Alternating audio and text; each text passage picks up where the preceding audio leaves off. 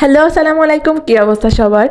আজকে আমার এক্সামের দিন এবং সকাল থেকে আমি অনেক স্ট্রেসে ছিলাম। সকাল ৯টায় ঘুম থেকে উঠছি, গত রাতে সারা রাতই পড়ছি আমি। তো আজকে সকালে উঠে সকালটা অনেক সুন্দর ছিল।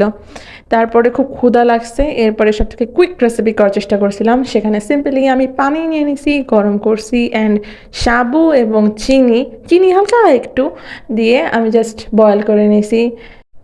অ্যাজ আ হোস্টেলার সবথেকে ইজিয়েস্ট ওয়ে শিখতে হয় রান্না করার জন্য, যাতে কম টাইমে খুব দ্রুত খাবারটা খাওয়া যায়।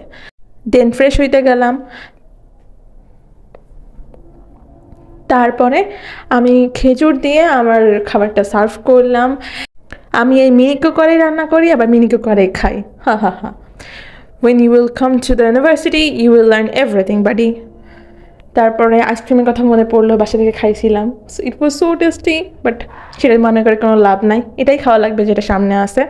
তো খাওয়া দাওয়া করে নিলাম দ্রুত।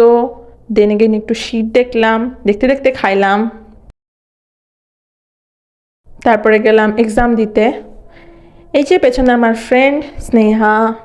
তারপরে এক্সাম শেষ করলাম, অনেক টায়ার্ড ছিলাম তাই আর ক্লিপ নিই নাই। বাসে এতটুকু জায়গা ছিল না, আমাকে একটা সিনিয়র বসতে দিয়েছিল লাকিলি, এই জন্য বসতে পারছিলাম। ভার্সিটির বাসে সিট ধরার জন্য লিটারেলি প্রতিযোগিতা লেগে যায়। জায়গাটা বেশ সুন্দর না? এটা আমাদের ভার্সিটির একদমই কাছে। এখানে যে দাঁড়াইছিল একটু বাসটা, তখন আমাদের ভার্সিটির অন্যান্য বাসগুলো যাচ্ছিলো যেগুলো একতলা, এবং আমি 2তলা থেকে দেখছিলাম আমাদের সিলভার কালারের সব কয়টা বাস চলে যাচ্ছিল।